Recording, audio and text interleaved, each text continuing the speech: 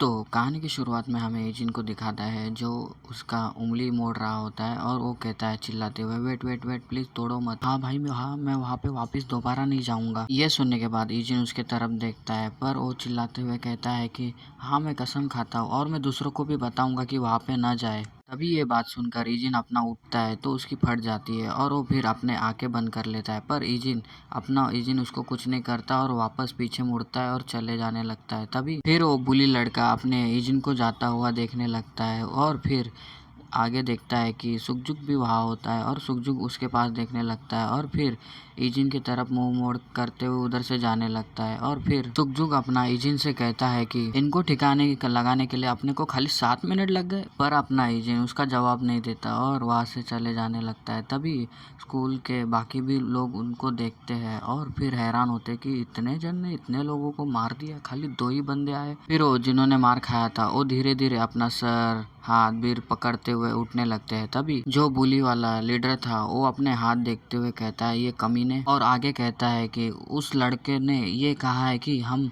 उस होटल में वापस ना जाए, मतलब वो इससे रिलेटिव है। हाँ ठीक है, तुमने जैसा कहा था ये वैसा नहीं होगा। और हंसते हुए कहता है कि अब ये दुकान कभी नहीं खुलेगी। अभी वो बुली लड़का अपना जेब में से फोन निकालता है और कॉल लगाने लगता है अपने डैड के सिक्योरिटी वाले को। तभी वो कॉल लगाता है और सामने वाले को कहता है कि ओ जूसी, ये मैं हूँ। तभी सामने वाला बंदा कहता है कि ओ मास्टर आप। तभी ये बुली लड़का उससे कहता है कि इस बार उस होटल को पूरा बंद कर दो और ये श्योर कर दो कि वो कभी ना खुले, और तो प्लीज ये भी सुनिश्चित करे कि वो यही और या कहीं भी ये दुकान ना खोल पाए। ये सुनने के बाद सामने वाला बंदा कहता है कि यदि तुम ऐसा नहीं करते तो मैं खुद इस विषय से आपसे कांटेक्ट करने वाला था। लेकिन ये सुनकर वो बुली लड़का बोलता है कि उससे कि क्या चल रहा है। ये सुनने के बाद फोन वाला बंदा कहता है कि तुमने ये क्यों नहीं बताया कि वो होटल का मालिक उस SSW से रिलेटिव है। तभी ये सुनकर वो बुली लड़का कहता है कि आप क्या बात कर रहे हो, उस होटल का मालिक SWS रिलेटिव है, आप ये अचानक किस बारे में बात कर रहे हैं। तभी वो सुनकर वो सामने वाला बंदा को दिखाते हैं और वो फोन पे कहता है कि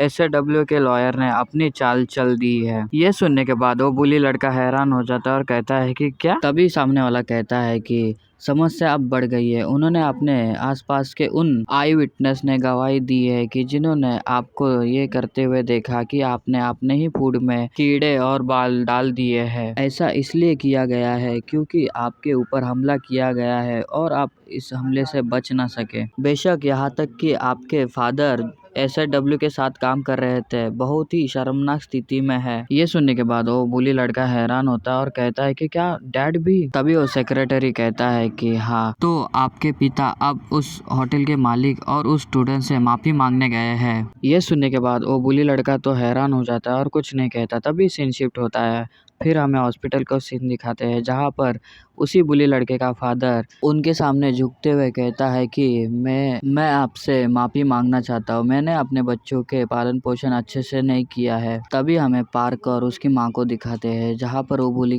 का डैड उनके सामने झुकते हुए माफी मांगता है। तभी हमें वार्ड को बाहर का सीन दिखाते हैं जहाँ पर नूना कहती है कि मुझे नहीं पता कि ये कहने में सही हूँ कि नहीं, पर आपने बहुत कड़ी मेहनत की है। ये सुनने के बाद चारों भी नूना के पास देखते हैं। तभी ली और सहवाग शर्माते हैं और सहवाग कहता है कि ईमानदारी से कहूँ तो मैंने कुछ भी नहीं किया है। ये सुनने के बाद नूना उनसे कहते हैं कि हाँ लेकिन आप साथ में तो गए थे ना। ये सुनने के बाद दोनों भी हैरान होते हैं और कहते हैं कि हाँ हाँ हम गए थे ना। अब नूना को कौन बताएगा, ये लोग टट्टी करने गए थे। तभी ईजिन यूना से कहता है कि नहीं नहीं, उसके पास जरूरी काम था वो लोग के पास। ये सुनने के बाद वो ईजिन के पास देखते हैं और हैरान होते हैं और कहते हैं कि ओह अच्छा, मैंने किया था लेकिन, और आजू बाजू टट्टी टट्टी दिखाते हैं। तभी राइटर ने नीचे लिखा होता है कि ये जल्दी में थे इसलिए अचानक इनका हो गया। तभी वो लोग ऐसी ही बातें कर रहे होते हैं। तभी अचानक से उस रूम का दरवाजा खुलता है। ये दरवाजा उस बुली के बाप ने खोला था और वो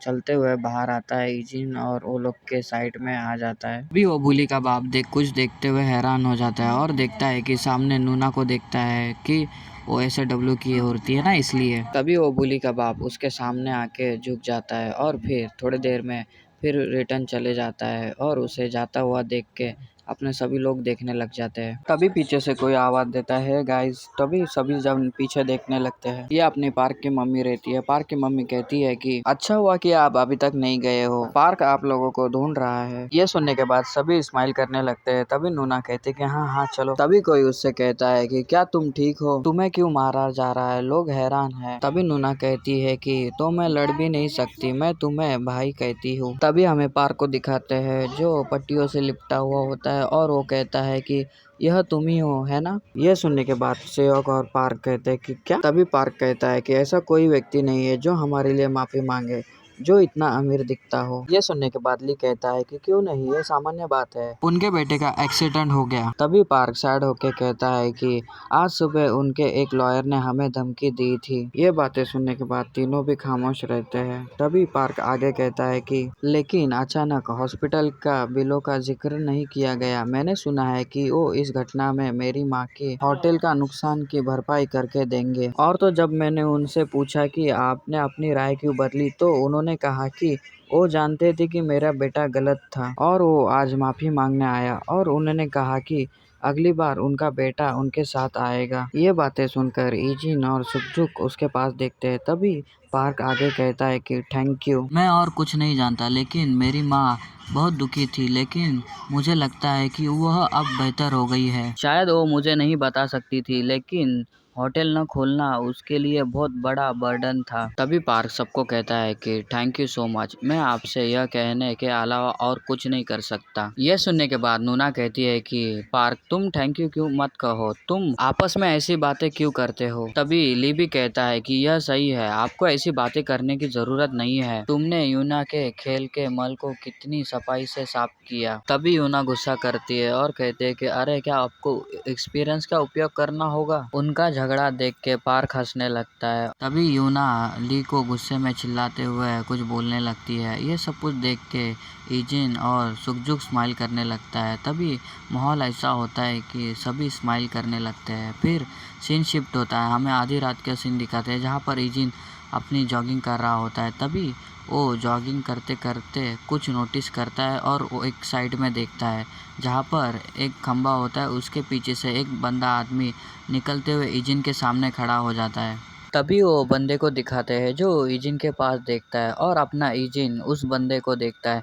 तभी वो बंदा अपने पॉकेट में हाथ डालता है और ईजिन उस पर नजर रख रहा था। तभी वो पॉकेट में से बाहर निकालता है अपनी आईडी और आईडी दिखाते हुए कहता है कि मैं एक डिटेक्टिव हूँ, मेरा नाम है गो इन वुक, और तो तुम अपनी मुझे आईडी दिखाओ, तुम यंग दिख रहे हो इसलिए तुम अपने स्टूडेंट आईडी दिखा सकते हो या नहीं, इससे कोई फर्क नहीं पड़ता। तभी अपना ईजिन उसके पास देखता है और उससे कहता है कि मैं वर्कआउट करने के लिए बाहर आया था, इसलिए अब मेरे पास नहीं है। ये सुनकर वो कहता है कि यदि ऐसा है तो तुम्हें मुझे लेकर कुछ समय के लिए पुलिस स्टेशन ले जाना होगा। ये सुनने के बाद ईजिन अपना उसके पास देखता है और कहानी की शुरुआत में हमें पुलिस स्टेशन का सीन दिखाते हैं जहाँ पर ईजिन डिटेक्टिव के सामने बैठा हुआ होता है और ईजिन अपना उससे कहता है कि क्या आप मर्डर केस के बारे में बात कर रहे हो। तभी वो डिटेक्टिव कहता है कि हाँ तुमने सही कहा, वहाँ से 1 किलोमीटर दूर, विशेष रूप से ये 1 महीने पहले ही मर्डर केस हुई उसकी घटना से मिलता जुलता है। तभी डिटेक्टिव आगे कहता है कि ज्यादा तनाव लेने की कोई जरूरत नहीं है, हम कुछ चीजों की जांच करेंगे बस, और तो मैंने आपकी आइडेंटिटी कंफर्म कर ली है। और कंप्यूटर में कुछ करने लगता है और आगे कहता है कि तो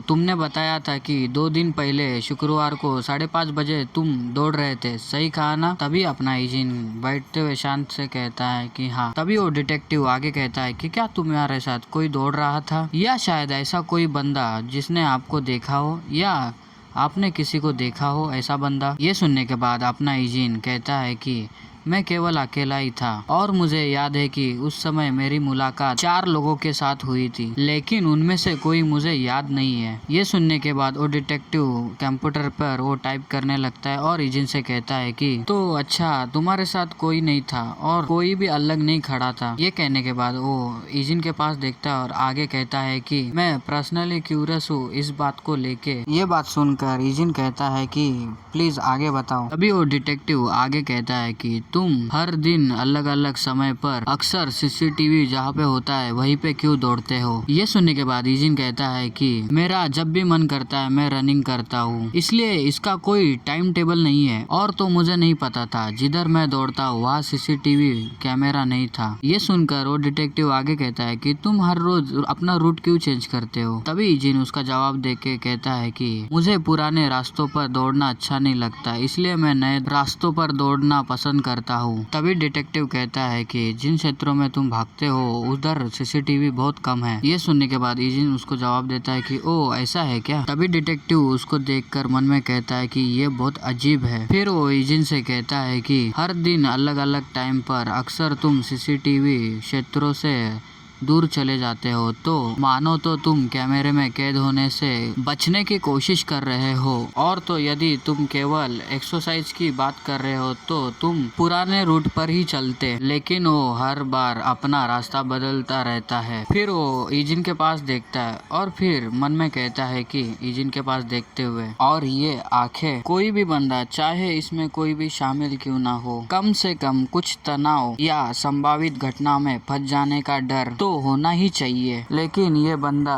जिसने रिएक्शन भी नहीं किया और इसको डिस्टरबेंस भी नहीं हुई है। डिटेक्टिव मन में आगे कहता है कि ये कैसे पॉसिबल है? ये बंदा क्या सच में एक हाई स्कूलर है? तभी वहाँ पर कोई कहता है कि तुम ईजिन यहाँ क्या कर रहे हो? तभी ईजिन और वो डिटेक्टिव दोनों देखने लगते हैं। तभी वहाँ पे लेफ्टिनेंट आ जाता है और ये उसको देखने लगता है ईजिन को, और ईजिन भी लेफ्टिनेंट के पास देखने लगता है। तभी वो डिटेक्टिव लेफ्टिनेंट से कहता है कि कर्नल, क्या आप इस स्टूडेंट को जानते हो? ये सुनने के बाद लेफ्टिनेंट कहता है कि हाँ, और फिर आगे कहता है कि डिटेक्टिव, क्या ये वही व्यक्ति था क्या जिसका तुम जिक्र कर रहे थे? तभी डिटेक्टिव कहता है कि हाँ। तभी लेफ्टिनेंट कहते हैं कि ये बच्चा निश्चित रूप से कल्प्रिट नहीं है, मैं इसे देखकर ही बता सकता हूँ। तभी डिटेक्टिव उससे कहता है कि हाँ ठीक है, मेरे पास और कुछ क्वेश्चन थे और ये स्टूडेंट ने अच्छा सहयोग किया है। ये सुनने के बाद ईजिन लेफ्टिनेंट के पास देखता है और लेफ्टिनेंट ईजिन के पास देखते हैं। तभी थोड़ी देर बाद हमें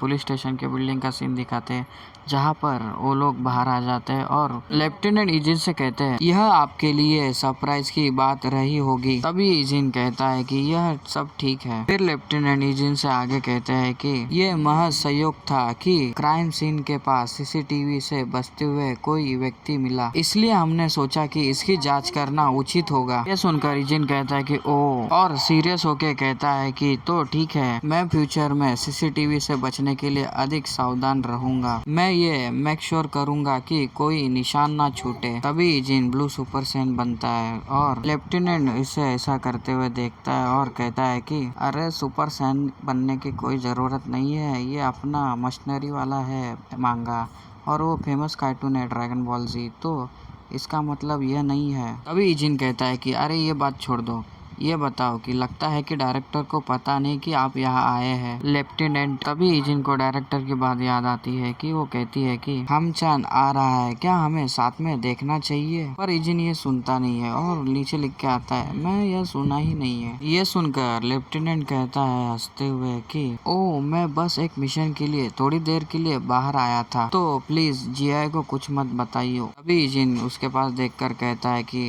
हाँ मैं समझ गया, लड़की का चक्कर ऐसा ही होता है। अब तुम्हारा भाई का ही देख लो, भाई को एक गर्लफ्रेंड मिल गई है तो वीडियो बनाना ही छोड़ दिया है, जल्दी नहीं बनाता अभी। वो छोड़ो, कहानी पे आते हैं। तभी ईजिन कहता है कि तो क्या पुलिस स्टेशन में आपकी विजिट आपके मिशन से कोई संबंधित है? ये सुनकर लेफ्टिनेंट कहता है कि हाँ, और सीरियस होता है और ईजिन से कहता है कि ईजिन तुम्हें याद है कि योंग याद है? ये सुनने के बाद ईजिन लेफ्टिनेंट के पास देखता है। तभी हमें एक बंदे को दिखाते हैं, सही से उसका चेहरा नहीं दिखाते हैं। ईजिन लेफ्टिनेंट से आगे कहता है कि क्या तुम उस व्यक्ति के बारे में बता रहे हो जो ट्रांसफर हो गया है? लेफ्टिनेंट, मैं जब आपसे मिलता उस समय आप किसी दूसरे यूनिट में थे। ये सुनकर लेफ्टिनेंट कहता है कि हाँ, उसके बाद उसने एक दूसरे यूनिट में सर्विस की है, लेकिन वो हालांकि वो वहाँ से भाग गया। कारण यह था कि वो भ्रष्टाचार में लिपट रहा था और जब उसे लगा कि वह पकड़ा जाएगा तो वो वहाँ से भाग गया। ये सुनने के बाद ईजिन लेफ्टिनेंट के पास देखता है और कुछ नहीं कहता। तभी हमें हैं। लेफ्टिनेंट उदास दिखाते हैं। लेफ्टिनेंट आगे कहते हैं कि वो बंदा थोड़ा उदास आदमी था, इसीलिए मैंने उसका बहुत ख्याल रखा, और तो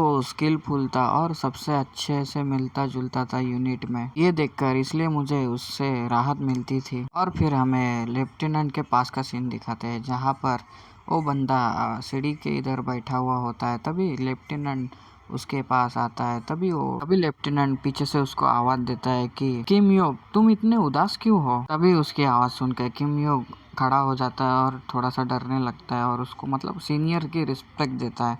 तभी अपना लेफ्टिनेंट कहते हैं कि तुम ट्रेनिंग के टाइम पर कुछ खोए खोए से लग रहे थे, क्या तुम्हें ये ट्रेनिंग करना नहीं है क्या। तभी किम योक कहता है कि नहीं सर। फिर लेफ्टिनेंट कहते हैं कि क्या है वो, बताओ मुझे। तभी किम योक कहता है कि सर, मेरी दादी आइस के ऊपर पैर रखते हुए वो गिर गई है और उसका घुटना टूट गया है। ये सुनने के बाद लेफ्टिनेंट कहते हैं कि क्या आपकी दादी। तभी वो कहता है कि हाँ, मेरी दादी, और तो दादी के सिवा मेरा कोई नहीं है, इसके लिए मैं उनके लिए बहुत चिंतित हूँ। यह सुनने के बाद लेफ्टिनेंट उससे कहता है कि मैं तुम्हारी सिचुएशन समझ सकता हूँ, पर लेकिन हम ट्रेनिंग के बीच में है, इसीलिए मैं आपको जाने नहीं दे सकता। ये सुन के किम योक नाराज होता है और नीचे देखते हुए कहता है कि मैं समझ गया। और फिर लेफ्टिनेंट इतने में कहते हैं कि मैं अपने दोस्त को भेजूंगा और हालचाल पूछ लूंगा। ये सुनने के बाद वो हैरान होता है और कहता है कि क्या, और लेफ्टिनेंट के पास देखने लगता है। तभी लेफ्टिनेंट थोड़ा सा मुस्कुराते हुए कहता है मेरा दोस्त उनके साथ इतने टाइम तक रहेगा जब तक उनको चलना फिरना या सब कुछ करने नहीं आ जाता तब तक। ये बात सुनकर किम हैरान होता है और लेफ्टिनेंट के पास देखने ही लगता है हैरान भरे नजरों से। फिर तभी वो लेफ्टिनेंट से कहता है कि क्या सच में। तभी लेफ्टिनेंट कहते हैं हाँ, इसलिए तुम डिस्टर्ब ना हो और चोट ना खाओ और अपना सिर सीधा रखो और अपने ट्रेनिंग पर फोकस करो। ये सुनकर वो किम योक लेफ्टिनेंट को पास देखने लगते हैं हैरान भरे नजरों से, और फिर जोश में आके सैल्यूट मारते हैं और कहते हैं कि यस सर, माय लॉयल्टी। फिर सीन शिफ्ट होता है, हमें जंग का सीन दिखाते हैं जहाँ जंगल में गोलियां चल रही होती है, और फिर हमें एक बंदे को दिखाते हैं, ये शायद किम ही रहेगा। किम के पैरों पे गोलियां लगी होती है और उसको कोई खींच रहा होता है। अपने लेफ्टिनेंट उसको खींच रहे होते हैं और किम योक अपने लेफ्टिनेंट से कहते हैं कि मुझे छोड़ दो, अभी मेरे वजह से आप भी खतरे में आ जाएंगे कर्नल। ये सुनने के बाद लेफ्टिनेंट कहते हैं कि चुप रहो और खुद को संभालो। ये सुनकर किम योक कहता है कि लेकिन वो कुछ बोल पाता। तभी लेफ्टिनेंट कहता है उससे तुम्हें अपने ग्रैंड मदर के पास जाना होगा, वो तुम्हारा इंतजार कर रही है, और तो तुम क्वार्टर्स में उनकी देखभाल करने के लिए एक सोल्जर बने। ये बात सुनते हुए वो हैरान हो जाता है और फिर कुछ कहता नहीं और ग्रैंड मदर के ख्याल में खोया रहता है। अभी लेफ्टिनेंट दांत पिसते हुए कहता है कि मैं ये सुनिश्चित करूंगा कि आप वहां पे पहुंचे, इसलिए अपना हेड सीधा रखो। फिर सीन शिफ्ट होता है, हमें बेस के हॉस्पिटल का सीन दिखाते हैं जहाँ पर किम योक के पैरों को दिखाते हैं जहाँ पे उसके गोली लगी होती है तो पट्टी लगी होती है। फिर किम योक के सामने लेफ्टिनेंट बैठे हुए होते हैं। तभी किम योक कहता है लेफ्टिनेंट से कि क्या मैं आपको ब्रदर कह सकता हूँ। ये सुनने के बाद लेफ्टिनेंट का रिएक्शन ऐसा होता है कि क्या। फिर लेफ्टिनेंट एक राहत के साथ छोड़ता है और कहता है कि खैर, मैं तुमसे उम्र में बड़ा हूँ, इसलिए तुम्हें मुझे यूं कहना चाहिए, क्या तुम मुझे हाँ कहना चाहते हो। ये सुनकर किम योक थोड़ा सा स्माइल करता है और फिर लेफ्टिनेंट हंसते हुए उससे कहता है कि हाँ हाँ, यहाँ पे सभी लोग मुझे यूं कहते हैं और मुझे बदमाश भी कहते हैं। फिर सीन प्रेजेंट में आता है इजिन के पास। इजिन मन में सोचता है कि मुझे पुलिस स्टेशन में मर्डर केस के मामले में मुझसे पूछताछ की गई है और ऐसा लगता है कि लेफ्टिनेंट को भी इसके बारे में पता है। तभी कोई कहता है कि शायद से हाँ, कल्प्रिट अपना किम योक है। सच कहूँ तो उसने पहले ही एक मर्डर 1 महीने पहले ही किया था। तभी लेफ्टिनेंट अपनी मुट्ठी बंद करते हैं और उस मुट्ठी के पास देखते हैं और आगे कहते हैं कि मैं किम योक को यहाँ पकड़ने आया हूँ। ऐसा करते हुए कहता है कि इससे पहले कोई और उस तक पहुँचे। उसको इतना परेशान होकर इजिन उसके पास देखने लगता है और फिर सीन शिफ्ट होता है, हमें नाइट का सीन दिखाते हैं जहाँ पर एक क्लब को दिखाते हैं जहाँ पर चाबुक लीडर बैठा हुआ होता है और किसी को देख के हैरान होता है और सामने अपना इजिन खड़ा होता है। ओ हाई स्कूल स्टूडेंट, तुम यहाँ पर अचानक आने का इंटरेस्ट क्यों लिए। ये कहते ही ये एपिसोड यही खत्म होता है और मिलते हैं अगले एपिसोड में। Bye bye. तो कहानी की शुरुआत में हमें चीप और इजिन को बैठे हुए दिखाते हैं। तभी चीप ड्रिंक लेते हुए इजिन से कहता है कि हालांकि जिस व्यक्ति की मृत्यु हुई है वो उस सड़क के उस पार रहता था और मैं उसे जानता था। वो बंदा अपने फील्ड में अच्छा था, जो वो काम करता था उनका नाम कभी भी बहुत अच्छे से होता था। ये इंफॉर्मेशन ईजिन अपना ध्यान से सुनता है। तभी चीप आगे कहता है, जब मैं बीम असेंबली में किम के लिए काम करता था तो संयोग से मुझे एक बात का एहसास हुआ। मैंने सोचा था कि वह आदमी एक ठग था, लेकिन वह नहीं था। तुम्हारे बॉस और डायरेक्टर शिनजी के वो फादर, उस व्यक्ति को वाइस चेयरमैन शिन की चेओल का काम सौंपा गया था और वह गुप्त रूप से उसका ध्यान रखता था। सुनकर इजिन सोचता है और फिर उस पल को याद करता है, पिछले वाले जिसको वो चेयरमैन को देखा था, उसके पिता को। तभी चीप आगे कहता है इजिन से, हर कोई चुप्पी साधे हुए है, लेकिन कुछ महीने पहले हुई मर्डर केस मामले के बारे में उस समय ऐसी अफवाह फैली थी कि चेयरमैन की भी हत्या हुई थी। ये सुनकर इजिन अपना उठता है और उसको कहता है कि थैंक यू आपकी इंफॉर्मेशन के लिए। हैरान होता है और इजिन से कहता है किड, और आगे बताने लगता है, मुझे नहीं पता कि तुम इस मामले में क्यों रुचि रख रहे हो, पर लेकिन मुझे लगता है कि ये ऐसी चीज नहीं है जिसमें आपको अपनी नाक घुसेड़नी चाहिए। ये सुनकर इजिन अपना चीप की तरफ देखता है और फिर उधर से बाहर जाने लगता है और चीप उसको जाता हुआ देखते हैं और इजिन बाहर आके दरवाजा बंद कर देता है और पैसेज में चलते ही जा रहा होता है। तभी देखता है सामने इजिन, हैरान हो जाता है। तभी सामने से ही डिटेक्टिव को दिखाते हैं जो इजिन को अपने साथ में पुलिस स्टेशन लेके गया था। वो भी हैरान होता है कि ये बच्चा इधर क्या कर रहा है। इजिन उसको देख के सोचने लगता है और तभी पीछे से अपना चीफ आता है और उससे कहता है डिटेक्टिव से कि डिटेक्टिव तुम यहाँ क्या कर रहे हो। डिटेक्टिव आगे आते हुए कहता है कि ओ मैं इसलिए आया हूँ क्योंकि मुझे तुमसे कुछ पूछना है। तभी चीफ उससे कहता है कि ऐसा क्या है जो तुम्हें पूछना है, क्या तुम अंदर आके बात कर सकते हो। मैं बस जाने ही वाला था क्योंकि मुझे कुछ काम था। तभी चीप अपने इजिन के पीठ पर टैप टैप करता है। तभी इजिन समझ जाता है उसका इशारा और इजिन चीप के पास देखता है और फिर बाद में उधर से जाने लगता है। पर डिटेक्टिव इजिन को पीछे मुड़ के देखने लगता है और तभी अपना चीप उसको रोकते हुए कहते हैं। तभी डिटेक्टिव सुनता नहीं और कहता है कि है तुम। तभी चीफ डिटेक्टिव से कहता है कि अरे आप मुझसे क्या पूछना चाहते हो और मेरे पास ज्यादा समय नहीं है। डिटेक्टिव उसकी बात सुनता नहीं, पर वो डिटेक्टिव इजिन के पास ही देखने लगता है और इजिन देखते हैं कि इजिन वहां से जा रहा होता है। फिर सीन शिफ्ट होता है, हमें SWS बिल्डिंग को दिखाते हैं जिसके अंदर अपने शिन के फादर रहते हैं, जो कहते हैं कि क्या कल्प्रिट किम योंग है। तभी उनका बॉडीगार्ड पीछे से कहता है कि हाँ, मेथड और निशान देखते हुए सुनिश्चित है कि वही है। तभी डायरेक्टर के फादर कहते हैं कि हाँ, यह सोचकर कि वह एक लॉज जिसे मैं निपटारा नहीं कर सकता मेरे लिए इस तरह की परेशानी का कारण बन गई है। ये सुनने के बाद वो बॉडीगार्ड कहता है कि उच्च अधिकारियों ने एजेंट को रिहा कर दिया है और वो वर्तमान में उनकी तलाश में है। ये सुनने के बाद जीए के फादर कहते हैं वो भी इस समय घबराया होगा, फिर भी और तो काम हमचैन आगे बढ़ रहा है। ये अपने लेफ्टिनेंट की बात कर रहे होते हैं। तभी बॉडीगार्ड कहता है कि इस घटना के कारण उसने मिलिट्री से लीव ली है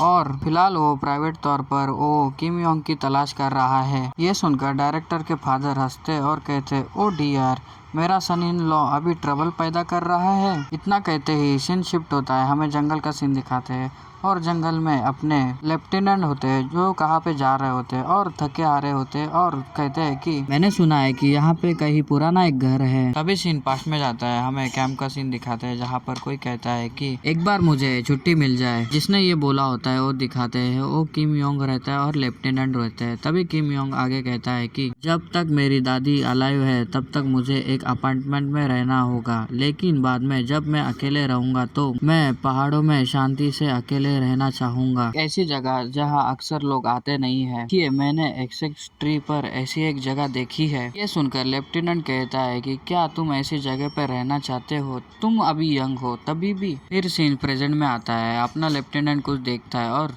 देखता है कि आगे एक घर है और कहता है कि मैंने आखिरकार उसे ढूंढ लिया। फिर लेफ्टिनेंट आगे कहता है कि लेकिन क्या योग वहाँ पे होगा। भी वहाँ पे कोई कहता है कि यदि आप पहाड़ पर जाओगे तो वहाँ पे एक पुराना घर है। फिर लेफ्टिनेंट को दिखाते हैं जो एक व्यक्ति से पूछ रहा होता है। तभी वो व्यक्ति आगे कहता है कि यंग लोग वहाँ पे किराए पे रहते हैं। यहाँ पे एक यंग लड़का है जो इस जगह को किराए पर लेके रहता है। फिर लेफ्टिनेंट प्रेजेंट में आता है और आगे बढ़ने लगता है और तभी लेफ्टिनेंट को कहाँ से तो आवाज आती है, तो वो हैरान होता है। तभी वो साइड में देखता है तो साइड में किम योंग होता है। वो लेफ्टिनेंट पे गन पॉइंट करते हुए खड़ा रहता है। तभी लेफ्टिनेंट उसके देखता है और कहता है कि किम योंग, और आगे उससे कहता है कि आखिर तुम्हें क्या हो गया है। तभी किम योंग कहता है कि यहाँ से हिलने की कोशिश मत करो। ये सुनकर लेफ्टिनेंट कहते हैं कि प्लीज किम योंग, ये स्टॉप कर दो अभी। हर जगह के लोग आपको पकड़ने की कोशिश कर रहे हैं। यदि तुम उनसे पहुंचने से पहले ही आत्मसमर्पण कर देते हो तो मैं आपकी हेल्प करूंगा। ये सुनकर किम योंग कहता है कि कांग हम चैन, आप भी उन जैसे ही है, तो इसलिए इससे पहले कि मैं तुम्हें मार डालूं तो तुम यहाँ से चले जाओ। सुनकर लेफ्टिनेंट कहता है कि ऐसा मत करो प्लीज, इससे दोबारा विचार करो। आपकी ग्रैंडमदर क्या सोचेगी यदि आपको ऐसा देखेगी तो। इतना कहते ही वहाँ पे गोली चल जाती है। गोली सीधा अपने लेफ्टिनेंट के पैरों के बाजू में चल जाती है और लेफ्टिनेंट ये देख के हैरान हो जाता है। तभी किम योंग गुस्से में कहता है कि मेरे ग्रैंडमदर के बारे में फिर एक बार बात करे तो मैं तुम्हें मार डालूंगा। ये सुनकर लेफ्टिनेंट तो हैरान हो जाते हैं और कुछ बोलते नहीं। तभी अचानक से दूसरे साइड से कुछ आवाज आती है तो दोनों भी उस साइड देखते हैं। अभी हमें वहाँ पे 3 लोगों को दिखाते हैं जो उसी तरफ आ रहे होते हैं। तभी किम योंग कहता है कि उसने आपका पीछा किया है ना। ये सुनकर लेफ्टिनेंट कहता है कि क्या। इतने में किम योंग वहाँ से भागने लगता है और पीछे से अपने लेफ्टिनेंट उसको देखते हैं और कहते हैं कि प्लीज किम योंग रुक जाओ। किम योंग ये सुनकर वहीं पे रुक जाता है और कहता है ये ऐसी चीज नहीं है जिसे आप हैंडल कर सकते हो, और पीछे मुड़ते हुए आगे कहता है कि इसलिए दोबारा बीच में बोलने के बारे में सोचना भी मत। और इतना ही कहते हुए किम वहाँ से भागने लग जाता है और किम योंग को भागता हुआ देख के लेफ्टिनेंट उसके पास देखने लगते हैं और फिर गुस्से में अपने दांत पीसने लगते हैं। तभी पीछे से आवाज आता है। वही तीनों बंदे रहते हैं जो पहले थोड़ी देर पहले उनकी तरफ आ रहे होते हैं। तभी वो कहते हैं कि मेजर काम हमचान, वही रुक जाओ। ये सुनकर लेफ्टिनेंट को तो गुस्सा आता है और कहते हैं कि अब तुम कौन लोग हो। तभी उसमें से 2 बंदे उनसे आगे निकल जाते हैं और एक बंदा अपनी आईडी दिखाते हुए कहता है हम लोग NIS से है। ये सुनने के बाद लेफ्टिनेंट तो हैरान हो जाते हैं और कहते हैं कि क्या NIS ने भी कदम उठा लिया है। अभी NIS का ऑफिसर कहता है कि तुम्हें हमारे साथ आना चाहिए। लीव पर गए हुए किसी व्यक्ति को किम योंग से मुलाकात क्यों की तो तुम स्वयं हमें एक्सप्लेन करोगे। सुनकर लेफ्टिनेंट तो उसके पास घूर के हुए देखता है पर कुछ बोलता नहीं है और फिर दोनों बात करने लगते हैं। और तभी हमें एक बंदे को दिखाते हैं जो दूरबीन से ये देख रहा होता है। ये कोई नहीं अपना इजिन रहता है। तभी इजिन उन दोनों पे नजर रखने लगता है। तभी सीन शिफ्ट होता है। तभी हमें लेफ्टिनेंट को दिखाते हैं जो एक बिल्डिंग से बाहर आ रहा होता है। तभी लेफ्टिनेंट कुछ सोचने लगता है। वो पहले ही बातें जो NIS ऑफिसर ने उससे की थी। तो NIS ऑफिसर कहता है कि तुम सचमुच लकी हो मेजर, यदि तुम हमारे द्वारा आपको रिहा किया जाने के तुरंत बाद अपने पद पर वापस आ जाए तो कोई समस्या नहीं होगी। ये सुनने के बाद लेफ्टिनेंट तो कुछ भी नहीं कहता। तभी वो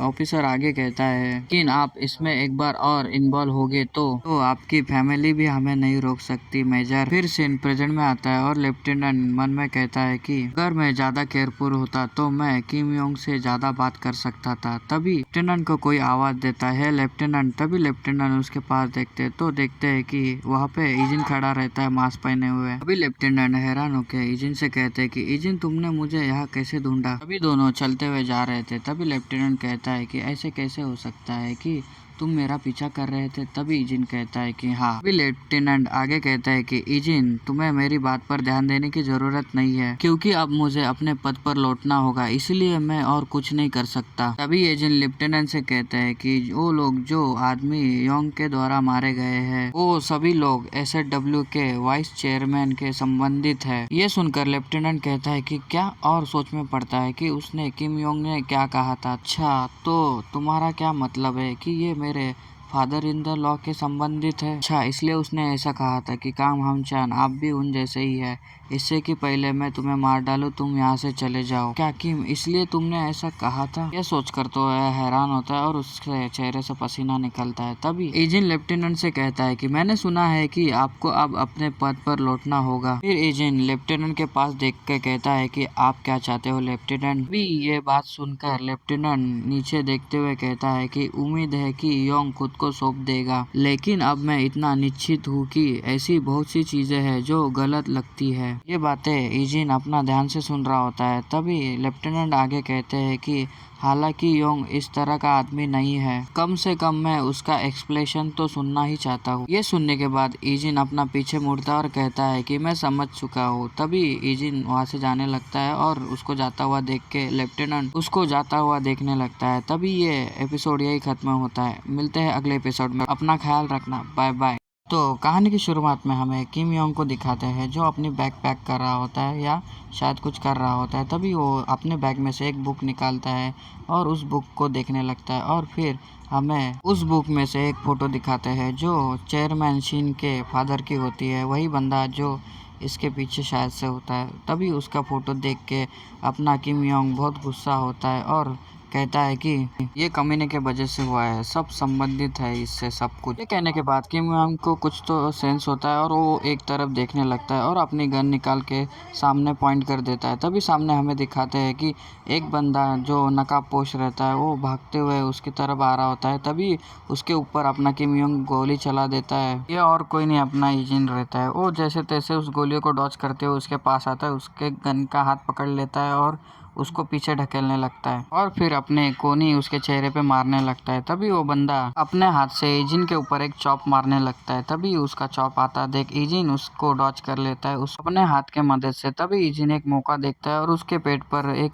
किक मारता है, जिसके वजह से वो बंदा इजिन से दूर हो जाता है और फिर वो बंदा मौका देख के अपनी गन निकाल लेता है और उसके ऊपर पॉइंट करता है, अपने इजिन के ऊपर पॉइंट करता है। इजिन ये देख लेता है। तभी इजिन उसके तरफ कुछ फेंक देता है बड़ी तेजी से, शायद ये बैग रहती है। बैग को आता हुआ देख के वो अपना किम योंग हैरान होता है और उसके ऊपर गोलियां चला देता है, जिसके वजह से वो बैग फट जाती है और बैग फटने के वजह से उसमें से सभी पैसे नीचे गिरने लगते हैं। तभी इजिन इसका मौका देख के उस किम योंग के पीछे आ जाता है और फिर किम योंग इजिन को पीछे देखता है। तभी उतने में ही देर हो चुकी होती है। इजिन उसको गिरा देता है और उसके ऊपर चढ़ जाता है और दे पंच पे पंच मार देता है उसको। तभी किम योंग के हाथ को दिखाते हैं जिसमें गन होती है, पर अभी वो फिलहाल नहीं होती क्योंकि इजिन ने अपनी उसकी गन ले ली होती है जल्दी से। तभी बंदे को दिखाते हैं इजिन का मार खाते हुए दर्द में उठ रहा होता है। तभी वो इजिन को देखने लगता है और कहता है कि क्या तुम्हें शिन की चोल ने भेजा है? ये अपने इसकी बात कर रहे होते हैं, लेफ्टिनेंट की। तभी इजिन उसकी बात नहीं सुनता और कहता है कि किम योंग, तुम मुझे मेरे प्रश्न का उत्तर दोगे अभी। यदि तुम मेरे 2 प्रश्न का उत्तर दोगे तो मैं तुम्हें यहाँ से जाने दूंगा। ये सुनकर किम योंग कहता है, साले कमीने। तभी इजिन उसकी बात काट देता है और आगे क्वेश्चन करता है कि मिलिट्री में भ्रष्टाचार का कारण क्या है? ये सुनने के बाद किम कहता है कि क्या? तभी इजिन आगे बताता है कि उसको तुम्हें यह कहने की जरूरत नहीं है कि आपने ऐसा नहीं किया। इस बात के पुख्ता सबूत है कि आपने ये सभी अपराध किए हैं, तो मुझे बस कारण बताइए। ये सुनकर किम योंग कहता है कि तुम ऐसा क्यों पूछ रहे हो? तभी इजिन इस क्वेश्चन का आंसर नहीं मिलता, इसलिए उसके पैर पर अपना पैर दे मारता है, जिसमें इजिन फिर से कहता है कि आंसर करो। तभी किम अपना पैर के ऊपर इजिन का पैर देखते हुए इजिन के पास देखता है और फिर हंसते हुए उसको कहता है कि मुझे नहीं पता कि मैंने ऐसा क्यों किया है। अभी इजिन दूसरे साइड देखता है जहाँ पर उस बैग में से सभी सामान नीचे गिरे होते हैं। तभी उसमें से चेयरमैन का फोटो उसको दिख जाता है और इजिन उससे कहता है कि तुमने हाल ही में सभी सिन चियोल के संबंधित लोगों की हत्या क्यों की है? ये सुनकर किम योंग कहता है कि क्या बस इतना ही? तभी इजिन उसका आंसर देते हुए कहता है कि हाँ, यही बात है। तभी किम योंग ये बात सुनने के बाद कहता है कि नहीं, क्या आपको मुझसे मेरे किसी संबंधित या मेरे और फैक्ट के बारे में नहीं पूछना चाहिए? और तो तुम मेरे बारे में सोच सकते हो, मगर आप मेरे बारे में जानते हो तो वो लोग आपका प्रश्न का उत्तर देंगे और बस मुश्किल से मेरे पैर पर तुमने कदम रखा है। तभी वो गुस्सा करते हुए आगे कहता है कि क्या तुम सिंचोल ने तुम्हें नहीं भेजा था ना, है ना? ये सुनकर इजिन उसके पैरों पर फिर एक पैर मार देता है और कहता है कि बस तुम मेरे क्वेश्चन का आंसर दो जल्दी से। किम योंग इजिन को देखता है पर कुछ नहीं कहता। तभी इजिन आगे कहता है कि क्वेश्चन का आंसर देने में आपको कोई प्रॉब्लम नहीं होगा। ये सुनकर किम योंग मुंडी नीचे लेता और कहता है कि मिलिट्री में भ्रष्टाचार का कारण? क्या तुम इतने पागल हो? खाली मनी है भ्रष्टाचार के कारण। ये सुनने के बाद इजिन उसके पास देखता है। तभी किम योंग आगे कहता है कि और मैंने सिंचोल से जुड़े लोगों को नहीं मारा है, लेकिन भ्रष्टाचार में शामिल लोगों को हटाने के बाद मुझे एहसास हुआ कि वो शियोन चियोल के जुड़े हुए लोग थे। ये सुनने के बाद इजिन कहता है कि बस इतना ही। तभी किम योंग कहता है कि अरे कमीने, जो मुझे पता था वो मैंने तुझे बता दिया, तुमने बस 2 क्वेश्चन का आंसर देने के लिए कहा। तभी इजिन कहता है कि यह कोई ज़बरदस्ती नहीं है, इसलिए इसका छोड़ देने से कोई लेना देना नहीं है। अभी इजिन आगे कहता है कि किम योंग, मैं तुम्हें खुद को सरेंडर करने की सलाह देता हूँ। ये सुनने के बाद किम योंग हैरान हो जाता है और कहता है कि क्या कहा। तभी इजिन पीछे मुड़ जाता है और वहां से जाने लगता है। उसे जाता देख के किम योंग चिल्लाते हुए कहता है कि तुम कौन हो और तुम ये सब बेकार की बातें मुझसे क्यों पूछ रहे हो और मुझे सरेंडर करने के लिए क्यों कह रहे हो। तभी किम योंग को याद आता है कि लेफ्टिनेंट ने उससे क्या कहा था। तभी लेफ्टिनेंट ने उसे ये कहा था कि किम योंग चलो यही रुक जाओ, वो लोग तुम्हें पकड़ने के लिए पागल हो गए हैं। पकड़े जाने से पहले तुम सरेंडर कर दो, मैं तुम्हारी मदद करूंगा। सीन प्रेजेंट में आ जाता है। हमें इजिन को दिखाते हैं। किम इजिन की तरफ देखते हुए कहता है कि क्या लेफ्टिनेंट ने तुम्हें भेजा है। पर इजिन अपना कुछ नहीं कहता और वहां से चले जाता है। पर किम योंग हैरान हो जाता है और वहीं पे बैठा हुआ होता है और सोच रहा होता है। फिर सीन शिफ्ट होता है। हमें बेस का सीन दिखाते हैं जहाँ पर अपना लेफ्टिनेंट बैठा हुआ होता है और कुछ सोच रहा होता है। तभी भी उसको रिंग रिंग की आवाज आती है। उसके फोन पर फोन आया होता है अननोन नंबर से। लेफ्टिनेंट उस फोन को पिकअप कर लेते हैं और कान पर लगा के कहते हैं कि हेलो। तभी सामने वाला बंदा कहता है कि ये मैं हूँ किम योंग, तुम अब कहाँ पर हो। ये सुनने के बाद वो हैरान हो जाता है अपना लेफ्टिनेंट। तभी किम योंग को दिखाते हैं जो समुंदर के इधर कहीं तो टेलीफोन बूथ से बात कर रहा होता है कि कहता है उससे मैं उस पर्सनल से बात नहीं कर सका जिसे आपने मेरे लिए भेजा था। ये सुनने के बाद लेफ्टिनेंट सोच में पड़ते और मन में कहते हैं कि क्या मैंने किसको भेजा है, क्या ये अपने एजेंट के बारे में बात कर रहा है। फिर किम योंग आगे कहता है कि यह भ्रष्टाचार मैंने किया है। ये बात सुनकर लेफ्टिनेंट के पैरों से तो जमीन ही खिसक जाती है। तभी किम योंग आगे कहता है क्योंकि मेरी दादी बीमार थी, उसके वजह से मुझे पैसों की बहुत गरज थी, इसीलिए मुझे लोगों का उपयोग करना पड़ा। ये सुनकर लेफ्टिनेंट उसका नाम लेता है किम योंग। तभी किम योंग आगे कहता है कि और कुछ समय पहले 2 लोगों की हत्या हुई थी। ऐसा इसलिए हुआ क्योंकि उन्होंने ठीक से भुगतान नहीं किया और मेरी दादी समय पर इलाज न होने के वजह से मारी गई। ये बात सुनकर लेफ्टिनेंट सैड हो जाता है और तभी किम योंग आगे कहता है कि मैं एक अपराधी हूँ, इसलिए आपको चिंता करने की ज़रूरत नहीं है।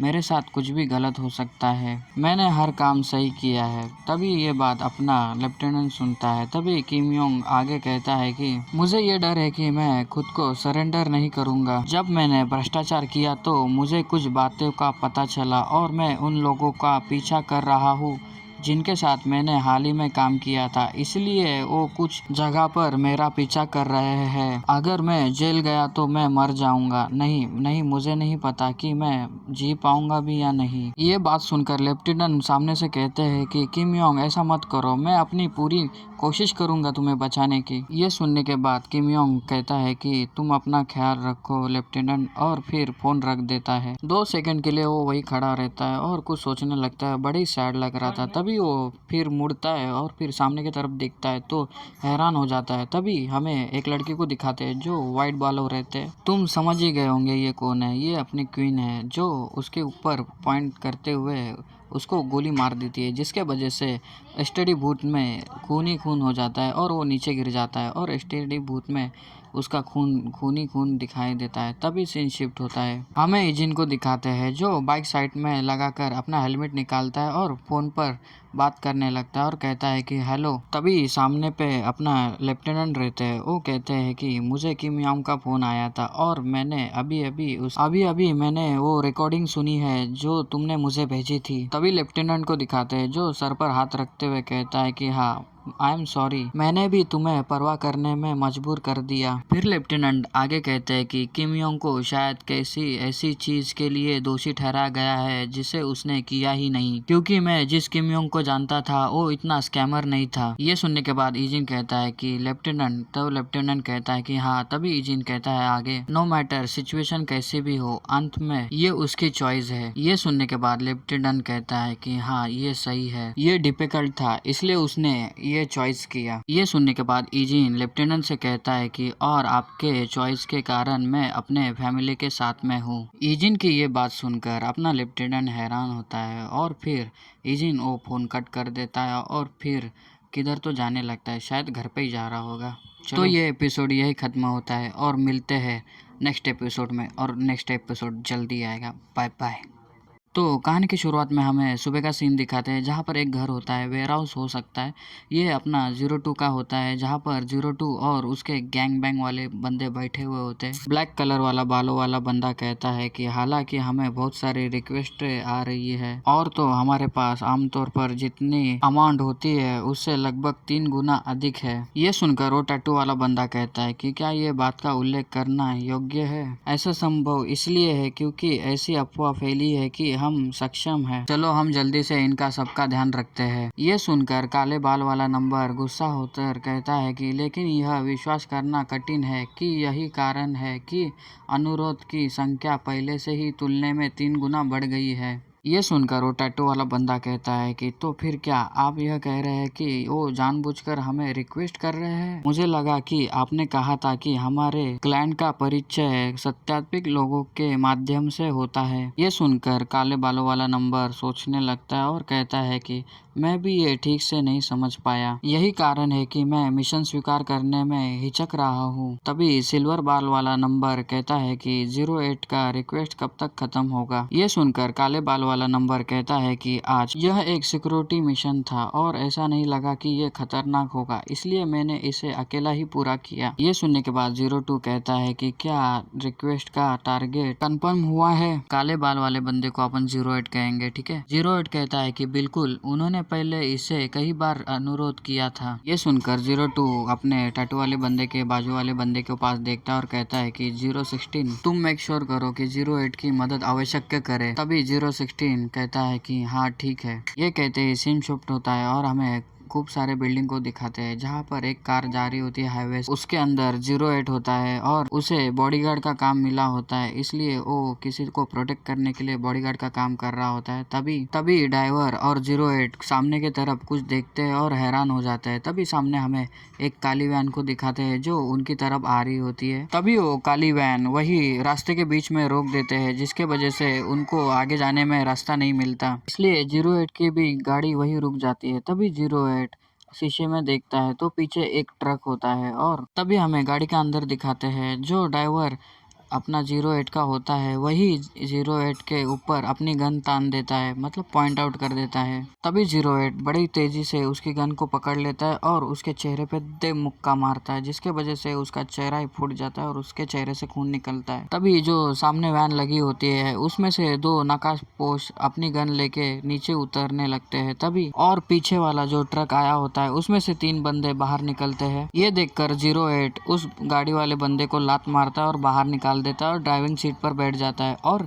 एक्सेलेरेटर पे पैर देता है और आगे की तरफ बढ़ने लगता है। आगे बढ़ने के टाइम पर 08 कुछ तो सामने की तरफ देखता है और हैरान होता है। तभी वैन में से 03 मतलब क्वीन बाहर निकलती है और उसको देख के अपना 08 हैरान हो जाता है। तभी 08 कहता है कि 03 और तभी 03 अपने हाथ में गन लेते हुए सामने की तरफ उनके और गाड़ी के ऊपर फायर करने लगती है। तभी 08 के गाड़ी को दिखाते हैं जो शीशे बीशे टूटने लगते हैं और थोड़ी सी गोलियां छू के भी निकल जाती है शायद से, तो तभी खून भी दिखाते हैं। तभी पीछे से जो ट्रक आया होता है उनमें से भी बंदे गोलियां चलाने लगते हैं और आगे से भी बंदे गोलियां चलाने लगते हैं, पर अपना 08 स्टीयरिंग छोड़ता नहीं और सीधे सामने की तरफ उस गाड़ी को धक्का देते हुए उस रास्ते से निकल जाता है। तभी उस कार को जाते हुए 03 मतलब क्वीन देखने लगती है और फिर अपना मुंह बना लेती है और कहती है कि ये इस बार भी मोटा बच गया। तभी वो अपने बंदों से कहती है कि तुम लोग क्या कर रहे हो, जाओ जल्दी जाके उनको जल्दी से पकड़ लो। फिर सीन शिफ्ट होता है, हमें इजिन का घर दिखाते हैं। तभी इजिन को दिखाते हैं जो फोन पर बात करते हुए हैरान होता है। तभी सामने वाला बंदा कहता है कि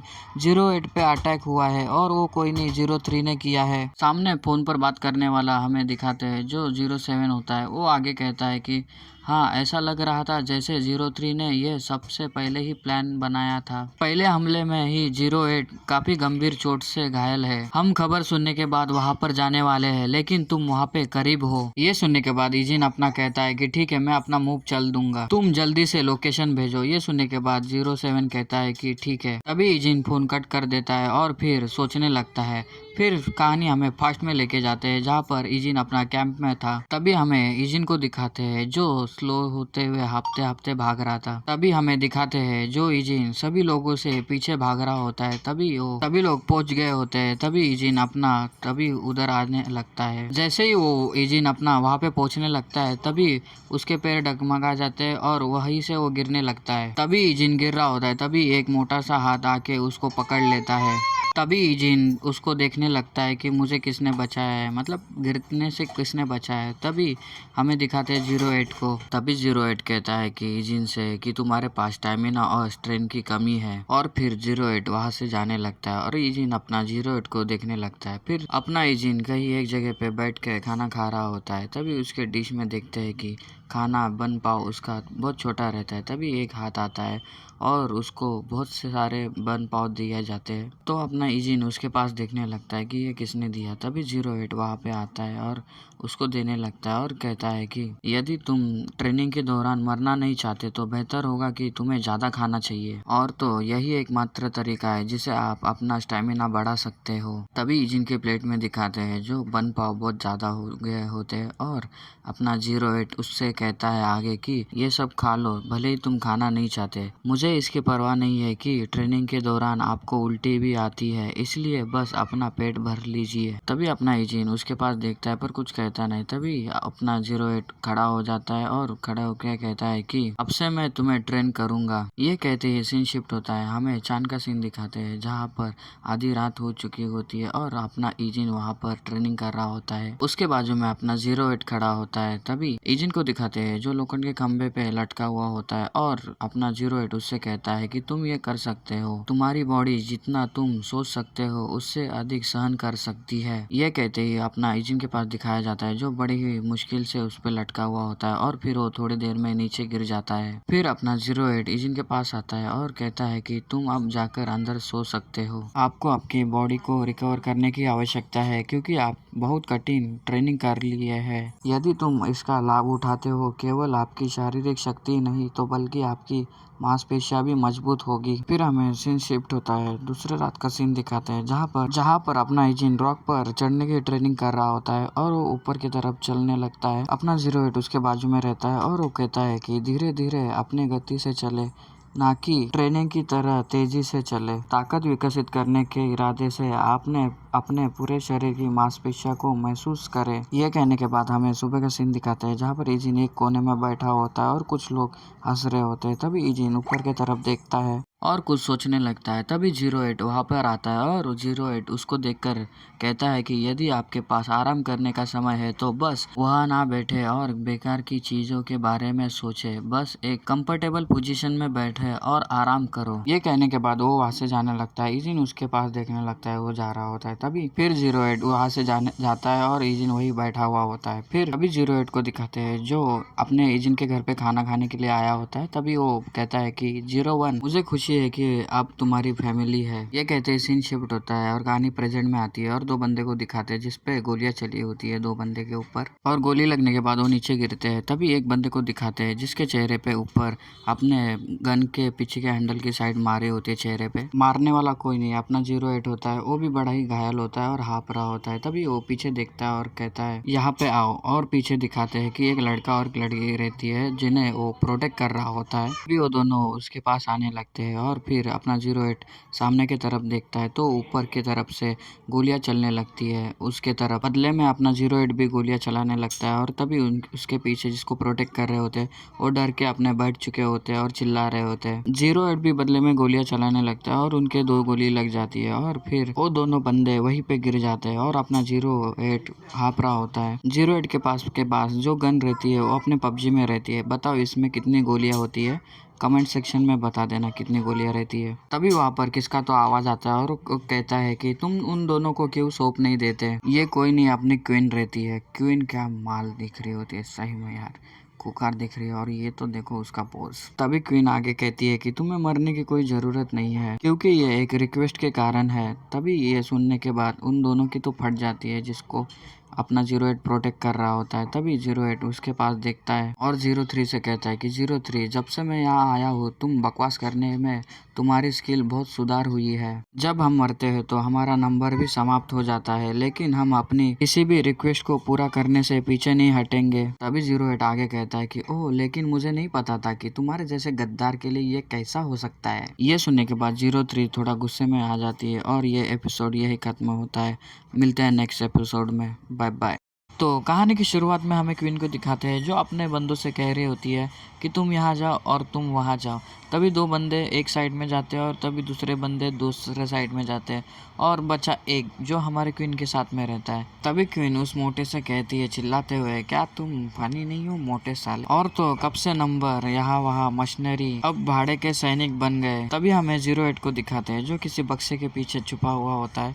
उसके ओर पर अपने दो गार्ड्स आ रहे होते हैं। जैसे गार्ड आगे आते हैं अपना 08 बड़े ही तेजी से एक गार्ड को पकड़ लेता है और टैकल करके हुए उसको पीछे की ओर ले जाने लगता है। तभी गोलियां चलने लगती है। तभी उसके पीछे जो उसका बंदा रहता है उसको भी धक्का लग चुका होता है और उसके हाथ से गन नीचे गिर गई होती है और पहले वाले बंदे को नीचे गिरा देता है और उसके ऊपर चढ़ के पंच पे पंच मार देता है अपना। तभी दूसरा बंदा वहाँ पे अपनी गन लेने के लिए हाथ आगे करता है पर अपना 08 उसकी गर्दन ही पकड़ लेता है और गर्दन जोर से दबाता है और नीचे की तरफ उसको फेंकने लगता है और सीधा उसको ग्राउंड पर ही फेंक के दे मारता है और अपना पंच उसके चेहरे पे मारता है। फिर 08 उसकी गन लेने के लिए अपना हाथ आगे बढ़ाता है पर उतने में उसके ऊपर गोलियां चल जाती है और उसको डॉच करने लगता है।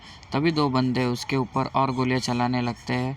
तभी 08 वहाँ से भागने का प्लान सोचता है और भागने लगता है और भागते भागते वो फिर एक डब्बे के पीछे छुप जाता है और अपने घाव पर हाथ लगा के वह सोचने लगता है। तभी 08 सामने की तरफ देखता है और सामने अपने को दिखाते हैं जो एक टंकी पड़ी होती है और 02 अपने घाव पर हाथ लगाते हुए बैठा हुआ होता है। फिर हमें अपने दो बंदे दिखाते हैं जो 08 के पास आने लगते हैं। तभी 08 वो बड़ी सी टंकी उठाकर उनके तरफ फेंकने लगता है। तभी ये देखकर उनकी तो फटी जाती है दोनों की। तभी वो टंकी दोनों के ऊपर गिर जाती है। अब टंकी के नीचे हुए दोनों बंदे वही नॉक पड़े होते हैं और उनकी गन साइड में होती है। तभी अपना 08 उसकी गन लेता है और अपने जख्मों पे हाथ लगाता है। उतने में ही कोई चिल्लाते हुए कहता है कि मैंने उनको ढूंढ लिया, लिए बिंगो। क्वीन इतना जोर से चिल्ला रही होती है तो अपना 08 ये सुन लेता है और बड़े ही हैरान होता है और बोलता है कि उन्होंने कैसे ढूंढा और उसके तरफ भागने लगता है। तभी 08 भागते भागते उस जगह पे आ जाता है और वही रुक जाता है और क्वीन पर पॉइंट करते हुए वही रुक जाता है और उनके तरफ देखने लगता है। तभी क्वीन को दिखाते हैं जो वही हॉस्टेजेस को पकड़े हुए होते हैं और हॉस्टेजेस वही नीचे गिरे हुए होते हैं और एक बंदे ने अपने 08 के ऊपर निशाना लगाया होता है। हॉस्टेजेस को दिखाते हैं जो डरे हुए होते हैं और एलिस ने उनके ऊपर गन तान दी होती है। ये देखकर अपना 08 कहता है कि 03। तभी 03 हंसते हुए कहती है कि अरे चिंता मत करो, तुम्हें उनकी चिंता करने की कोई जरूरत नहीं है। तुम्हें उन्हें अपनी जगह से कहीं अलग लोकेशन पे रखा है। क्या तुम्हें ऐसा नहीं लगता कि तुम्हें सबसे ज्यादा केयरफुल रहना चाहिए था? ये सुनने के बाद अपना 08 अपने क्वीन के पास देखने लगता है गुस्से से। तभी एलिस 08 से कहती है कि तुम कुछ लोगों के साथ काम कर रहे थे और तुम भाड़े के मशीनरी की तरह काम कर रहे हो। ये सुनकर अपना 08 उससे कहता है कि देखो मोहतरमा, पहले तुमने कार पर गोली चलाई इसलिए ये घटना हुई, नहीं तो ये होता ही नहीं था। 08 की बात सुन के क्वीन चेहरा बना लेती है। वो कहती है कि हाँ मोटे पता है, शाना मत बन और चल अपनी गन नीचे कर दे, चल चल चल जल्दी कर। और ओरिजिनली कहूँ तो हम खाली इन दोनों को लेने आए थे और तो तुमने अभी बंदूक नीचे नहीं रख दी तो मैं ये दोनों को ही मार डालूंगी। ये सुनने के बाद अपना 08 उसके पास घूर के देखता है और थोड़ी देर के बाद अपनी गन नीचे फेंक देता है। यह देख के तो अपनी क्वीन भी हैरान होती है कि साले मोटे ने इतने जल्दी फेंक दिया और कहती है कि तुम ये क्या कर रहे हो? तुम क्या सचमुच पागल हो गए हो कि तुम हॉस्टेज के लिए अपनी बंदूक नीचे फेंक दोगे? क्या तुम्हें जिम्मेदारी का ऐसा एहसास है कि जैसे कि तुम सचमुच एक बॉडीगार्ड हो? इसके अलावा तुम्हें मारने के लिए भी नहीं कहा जा रहा है तो तुम ऐसा क्यों कर रहे हो? ये सुनने के बाद 08 कुछ भी नहीं कहता और अपनी क्वीन उसके पास देखने लगती है और 08 उसके पास देखने लगता है। तभी क्वीन आगे कहती है कि इसके बारे में सोचूं तो हम किसकी सुरक्षा कर रहे हैं। कॉम्बैट एजेंट एनिमे के प्रमुख ठिकानों पर हमला करने में और हत्या करने में स्पेशलिस्ट होते हैं, और तो तुम अपने प्रॉपर एबिलिटी का उपयोग किए बिना तुम बहुत कमजोर हो गए हो। ये अपना सब जीरोएड सुन रहा होता है और फिर कहता है कि तुम्हें यही पकड़ के पेलेंगे, खेलेंगे। बस किडिंग की बातें कर रहा हो। तभी जीरोएड आगे कहता है कि तो तुम क्या कहना चाहती हो। ये सुनने के बाद 03 मतलब क्वीन कहती है कि तुम मेरे टीम में शामिल हो जाओ, मैं मेक श्योर करूंगी कि तुम्हें देना है कि नहीं। ये कहते ही ये एपिसोड यही खत्म होता है, और ये एपिसोड छोटा है क्योंकि राइटर ने ही छोटा बनाया है। तो आज के लिए बस इतना ही, और ये एपिसोड यही खत्म होता है, और मिलते हैं जल्दी नेक्स्ट एपिसोड में। Bye bye. तो कहानी की शुरुआत में हमें वेयर हाउस का सीन दिखाते हैं, जहाँ पर क्वीन अपनी भाग रही होती है किसी से, तो और फिर क्वीन के ऊपर गोलियां चलती है और क्वीन उसे डॉच करने के लिए नीचे झुकती है और फिर एक जगह पे रुकती है, और फिर बदले में वो भी सामने वाले बंदे के ऊपर गोलियां चलाने लगती है और बड़ी ही ढहसू लग रही होती है। तभी गोलियां जिस पे चला रही होती है वो गोलियों से डॉच करते हुए एक वेयर हाउस के पीछे चले जाता है। ये देखकर वो कहती है कि एक बंदा क्या यहाँ पे 08 के अलावा और भी उसके साथीदार है, तो मुझे यहाँ से जल्दी यहाँ से निकलना होगा। कहकर अपनी क्वीन को सोच रही होती है, तभी अपना इजिन मौका देखते हुए उसके ऊपर गोलियां चलाता है, पर क्वीन उस गोलियों के आते हुए डॉच कर लेती है और देखो उसका क्या दिख रहा है, पिछवाड़ा। तभी क्वीन भागते भागते एक मौका देखती है और बदले में वो भी एक फायर कर देती है, जिसके वजह से इजिन भी अपना साइड में कवर में आ जाता है। और यही मौका देख के क्वीन वहाँ से भागने लगती है और अपना इजिन उसको देखता है और वहाँ उसके पीछे भागने लगता है अपनी गन लेके, और भागते भागते वो आगे के वेयर हाउस के इधर आ जाता है और उधर से संभलते संभलते अपने कदम बढ़ा रहा होता है और आगे उसको ढूंढ रहा होता है। तभी अचानक अपने इजिन को कुछ नोटिस होता है तो चौंक जाता है। तभी उसके बाजू में दिखाते हैं एलिस उसी का इंतज़ार करते हुए उसके ऊपर पॉइंट आउट करती है और फिर गोली चला देती है, जिसके वजह से इजिन उससे डॉच करने के लिए अपना छलांग लगा देता है और उसको कुछ गोलियां लग जाती है। उसके वजह से वो भी रेंगते हुए पीछे जाता है और इजिन अपना गिरते पड़ते भी अपनी गोलियां चला रहा होता है क्वीन पे, और क्वीन भी उसके ऊपर गोलियां चलाते हुए कवर में जा रही होती है। और फिर इजिन अपना उस गोलियों से डॉच करता है और फिर क्वीन के सामने खड़ा होता है बंदूक लेके। तभी क्वीन इजिन को देखती है और कहती है कि ओ ये अब खत्म हो गया, और हंसते हुए गोलियां चलाने लगती है अपने इजिन के ऊपर। पर इजिन उस गोलियों को डॉच करते हुए, मतलब गोलियां तो लग जाती है, छू के निकल जाती है, पर वो बड़ी तेजी से अपने क्वीन के पास आ जाता है और उसको आता देख के अपनी क्वीन हैरान हो जाती है और इजिन तभी उसको टैकल कर देता है, मतलब स्पीर मार देता है और उसको नीचे गिरा देता है। इजिन ने अपने ऐसे उसको पकड़ा होता है जैसे कि हवा भी पास नहीं हो रही है। तभी वो इसको नीचे गिरा देता है तो एलिस कराते हुए अपने इजिन के पास देखती है। तभी इजिन अपना जल्दी से अपने गन में मैगजीन भरते हुए और उसके ऊपर चढ़ के मतलब वो चढ़ के नहीं, उसके ऊपर पैर रख देता है। तभी एलिस ये देख के अपने मन में कहते कि शिट नहीं। तभी एलिस जल्दी से उसके गन पर अपने हाथ मार देती है, जिसके वजह से गोली चलती है पर साइड में हो जाती है। तभी एलिस अपनी बंदूक आगे करते हुए कहती है कि तुम बहुत अच्छे हो, पर इतना कहने के बाद एलिस उसके ऊपर गोलियां चलाती है, पर अपना इजिन भी थोड़ी कम था, वो बड़ी तेजी से उसके हाथ पर मार के गन को साइड कर देता है, मतलब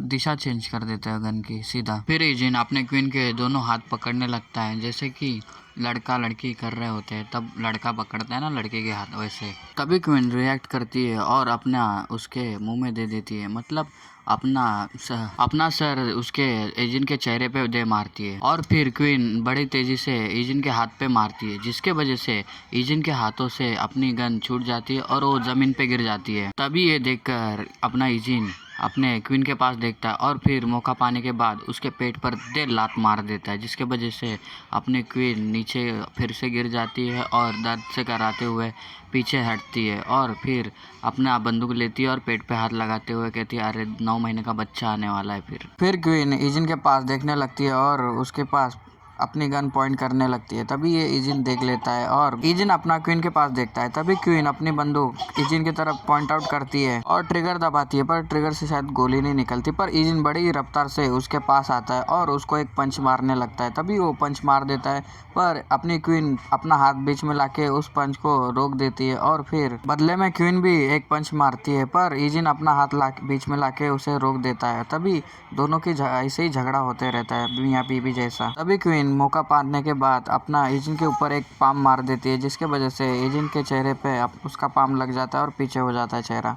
बदले में अपना एजिन अपनी कोनी उसके तरफ लेके जाता है और उसके चेहरे पे दे मारता है, पर एंड टाइम पे क्वीन अपना हाथ बीच में लेके आती है और उससे बच जाती है और दोनों पीछे आके एक मेक को देखने लगते हैं। तभी क्वीन तभी टांगों के बीच में अपनी गन जिधर बांधी होती है उधर से लेने लगती है। अपना ये इजिन उसको पास देख लेता है। तभी क्वीन उसके ऊपर गोलियां चला देती है। तभी इजिन साइड में हटने लगता है, मतलब गोलियों से बचने के लिए इजिन बक्से के पीछे चले जाता है और वही रुक जाता है। मौका देख के एलिस नहीं, क्वीन मौका देख के ही वहां से भागने लगती है। अपना इजिन उसको भागता हुआ देखने लगता है और उसके पीछे पीछे भागता है। क्वीन आगे भागने लगती है और पीछे से अपना इजिन होता है। तभी इजिन वेयरहाउस के बाहर आ जाता है और देखने लगता है। तभी साइड में से एक लाइट चमकती है तो इजिन वहां पे देखने लगता है, तो सामने से अपनी एक जीप आ रही होती है, कार। तभी वो कार सीधा इजिन की तरफ आ रही होती है। तभी इजिन ये देख लेता है कि उसको उड़ाने वाला है, तो इजिन अपना छलांग लगा देता है साइड में,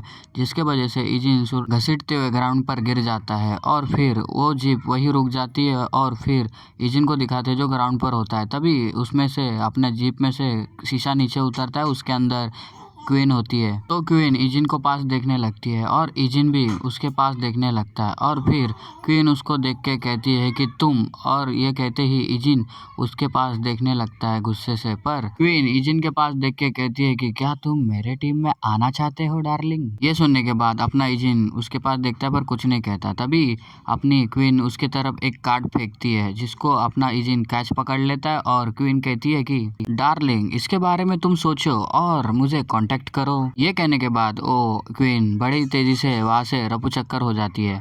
रफू चक्कर होते हुए अपना इजिन देखता है और फिर कहता है कि अबे, अपने धंधे का कांटेक्ट नंबर दे दिया इसने। तो अभी इजिन उसके पास देख ही रहा होता है। तभी वहां से 08 निकल के आता है और कहता है 08 इजिन से, तो 03 का क्या हुआ, मतलब क्वीन का क्या हुआ। तभी इजिन कहता है उससे कि मैंने उसे मिस कर दिया और वो चली गई।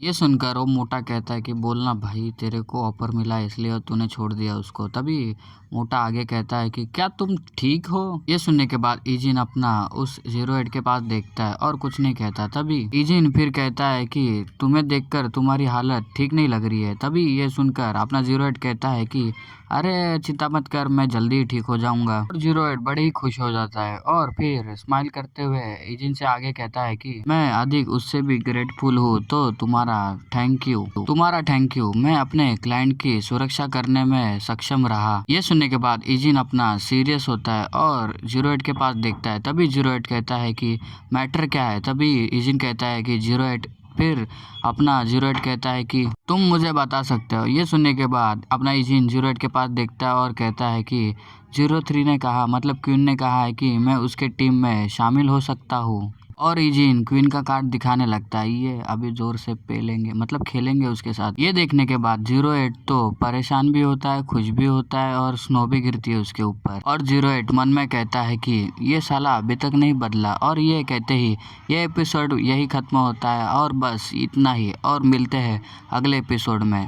Bye bye. तो शुरू करते हैं। कहानी की शुरुआत में हमें टैटू वाले बंदे को दिखाते हैं जो पूरा ही गुस्सा हुआ होता है और कहता है कि क्या तुम पागल हो। उसने 08 पर भी अटैक किया और उसने अपने टीम में ज्वाइन होने के लिए भी कहा है। तभी काले वाला बाल वाला नंबर ये सुनने के बाद कहता है कि 03 हमेशा ऐसे ही थी। ये सुनने के बाद 07 कहता है कि वेल, शुरू में वो सब कुछ ठीक थे पर उसका मानसिक स्थिति सही नहीं थी। जैसे 07 ने कहा होता है तो तभी सन्नाटा होता है, कोई कुछ नहीं कहता। ओ सब शांत रहते तो अपना 02 कहता है कि फिर हाल ही में हमें सामान्य रूप से जो हाई संख्या में हमें रिक्वेस्ट आ रहे थे। क्या हमें ये 03 ने लुभाने का एक तरीका था उसका? तभी ये सुनकर काले वाले वाला नंबर कहता है कि एबी मांगा एक्सप्लेन को जो सब्सक्राइब नहीं करेगा उसको 03 नहीं देगी, तो प्लीज सब्सक्राइब करो। और वो कहता है आगे कि मुझे भी ऐसा ही लगता है, इसलिए कुछ टाइम से मैं अभी तक किसी भी रिक्वेस्ट को स्वीकार नहीं किया हूँ। अभी टैटू वाला बंदा गुस्से में कहता है कि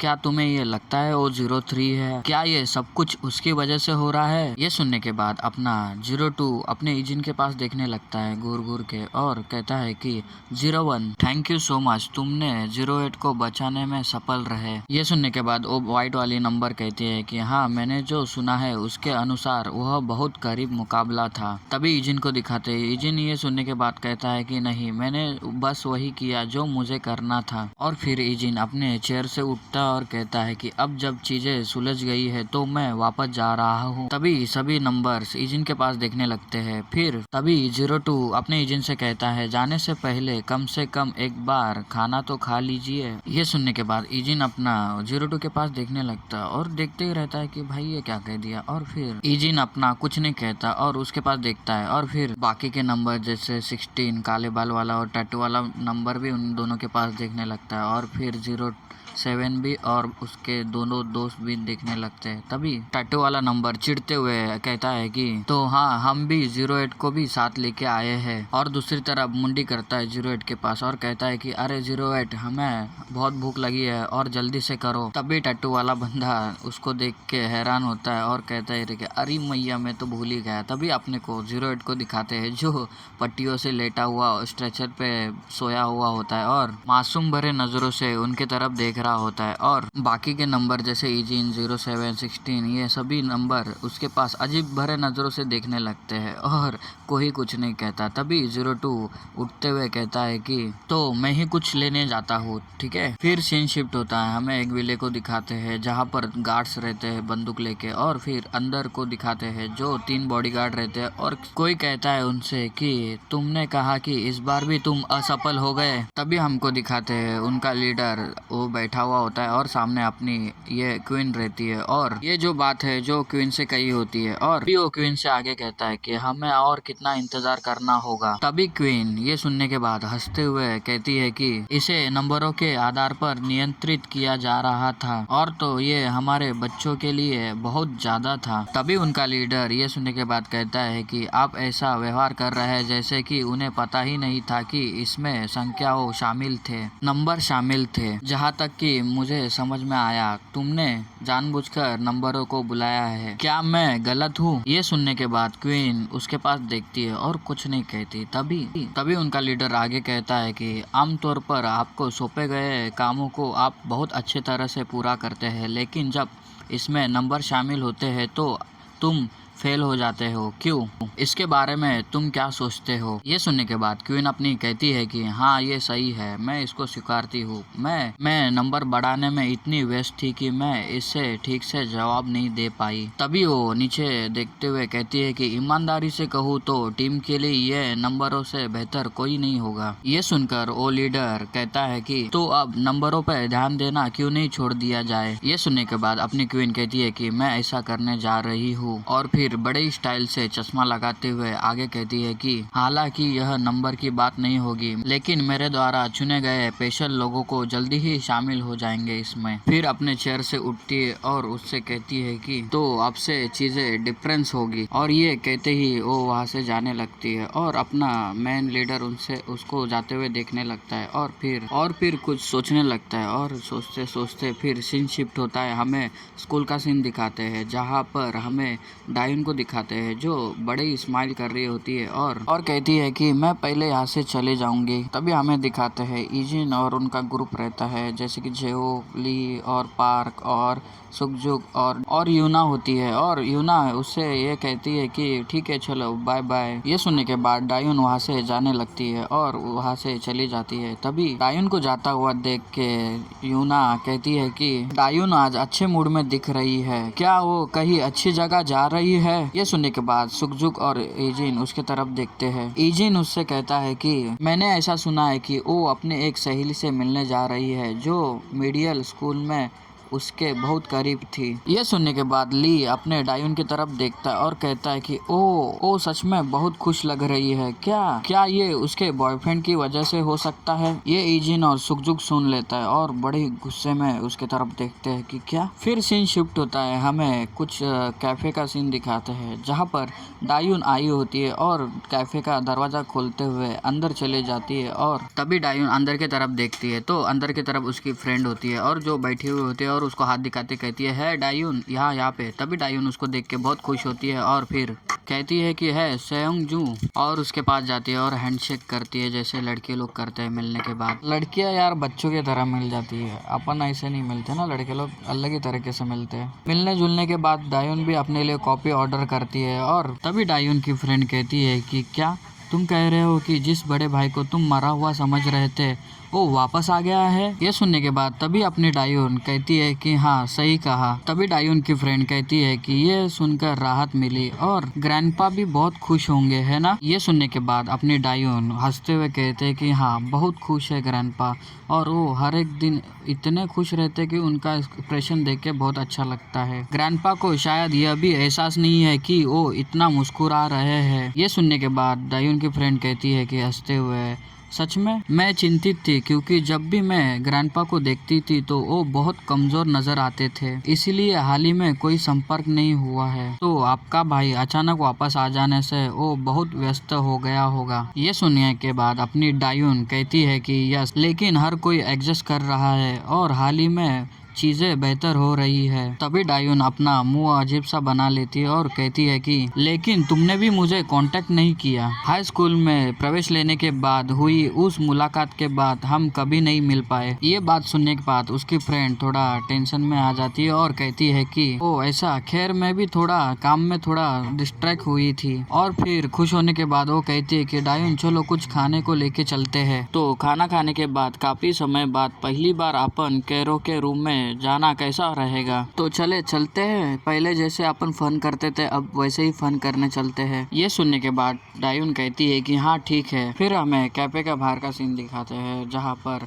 लोग चल रहे होते और तभी अपनी डायून अपने फोन में ईजिन का और उसका फोटो दिखा रही होती है और ईजिन का फोटो देख के उसकी फ्रेंड तो ब्लश करती है और कहती है कि ओ वाओ अमेजिंग, तुम्हारा ओपा तो बहुत हैंडसम है यार, सेटिंग लगवा दे मेरी तो। ये सुनने के बाद डायून अपने कुछ नहीं कहती, उसकी फ्रेंड आगे कहती है कि तुम्हारा ओपा तो बहुत पॉपुलर हुआ होगा। अभी हमें दिखाते हैं कि डायून से बाजू से जो एक लड़का जाता है वो डायून से टकरा जाता है और वही कहता है कि कौन कुतिया मेरे से टकराई। तभी अपनी डायून उसके सामने झुकते हुए सॉरी कहती है और उस बंदे को दिखाते हैं जो काफी लंबा और मोटा होता है। तुम्हारा ध्यान कहाँ है लड़की, और केयरफुल रहो। तभी मोटे के बाजू में से एक लड़की आती है और उसको कहती है कि सेयोंग जूली। जैसे डायून अपने फ्रेंड का नाम सुनती है तो वो ऊपर की तरफ देखने लगती है और हैरान हो जाती है। तभी हमें उन तीनों को दिखाते हैं, वहाँ पे दो लड़कियां और एक लड़का रहता है। तभी अपनी डायून अपने फ्रेंड के तरफ देखती है और कहती है कि क्या तुम उन्हें जानती हो? और फ्रेंड तो सुम पड़ी हुई होती है, कुछ नहीं कहती। डायून उसको आवाज देती है जूली, पर जूली एक नहीं दो नहीं, वो डरी हुई होती है और कांपने लगती है। तभी वो लड़की को दिखाते हैं जो वो लड़की हंसते हुए कहती है कि हाँ,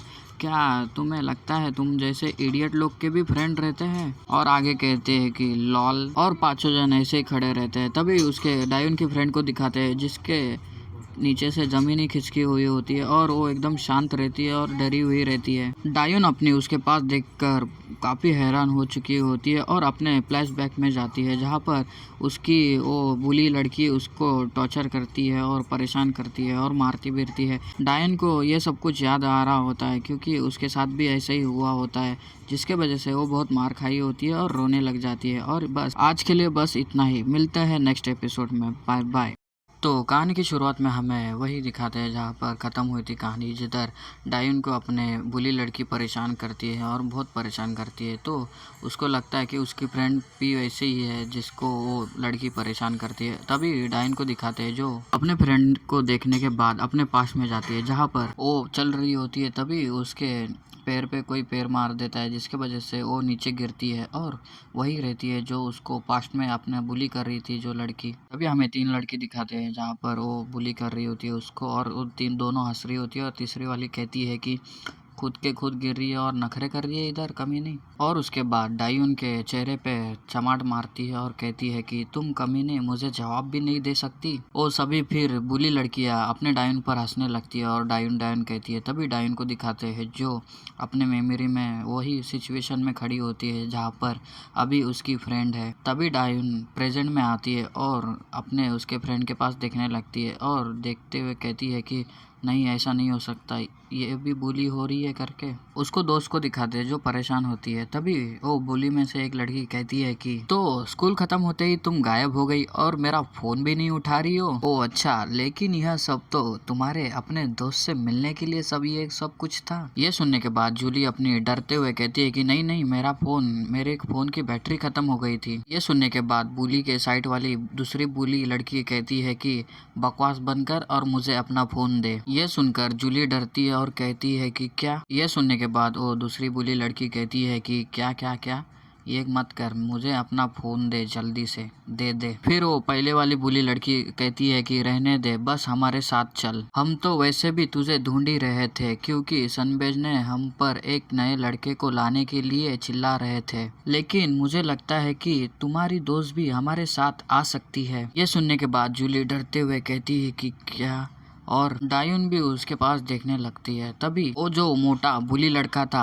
हंसते हुए कहता है कि ओ ये एक अच्छा विचार है, उनका चेहरा बिल्कुल वैसा ही है जैसे सनबेस को पसंद है। ये सुनने के बाद जूली डरते हुए चिल्लाती है कि वो मेरी फ्रेंड नहीं है। ये सुनने के बाद डायून अपने उसके तरफ देखती है और हैरान हो जाती है कि इसने क्या कहा। तभी जूली उनसे कहती है कि हम एक ही स्कूल में पढ़ते थे और संयोग से मेरी मुलाकात हो गई है, इसलिए हमें एक दूसरे को नमस्ते कहा। यह सुनकर डायून उसके तरफ देखती है और कहते कि जूली। तभी जूली को दिखाते हैं जो हैरान होते है और परेशान होकर कहती है कि तो उसे प्लीज अकेला छोड़ दो। ये सुनने के बाद वो पहले वाली बुली लड़की घूम जाती है और कहती है कि ठीक है छोड़ देती हूँ। तभी जूली अपने परेशान होकर डायून के पास देखती है और फिर डायून भी जूली के पास देखती है। तभी जूली उनके साथ बुली लड़कियों के साथ चली जाती है उनके पीछे पीछे और डायून उनको जाता हुआ देखती है और फिर सदमे में जाती है कि और मन में कहती है कि अब मुझे क्या करना चाहिए, और उनके पास देखती है और कहती है कि क्या मुझे